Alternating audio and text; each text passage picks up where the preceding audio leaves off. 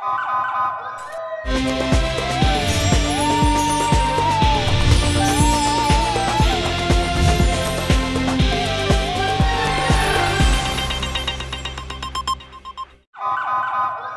पहले नजर डालते हैं अब तक की बुलेटिन। इस्लाम आबाद और पंजाब के मुख्तलिफ शहरों में बारिश, लाहौर में कहीं तेज और कहीं हल्की बारिश, रावलपिंडी, सरगोदा, शकरगढ़, ननकाना, साहिवाल, चीचावतनी में बादल जमकर बरसे। कोहे सलेमान के इलाकों में बारिश से नदी नालों में तुगयानी आ गई।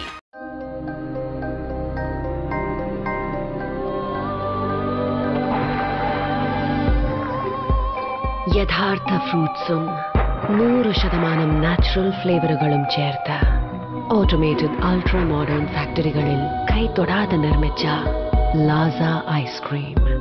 ഇത് റിയൽ ഐസ്ക്രീം. ഇത് super natural. Laza Ice Creams since 1970.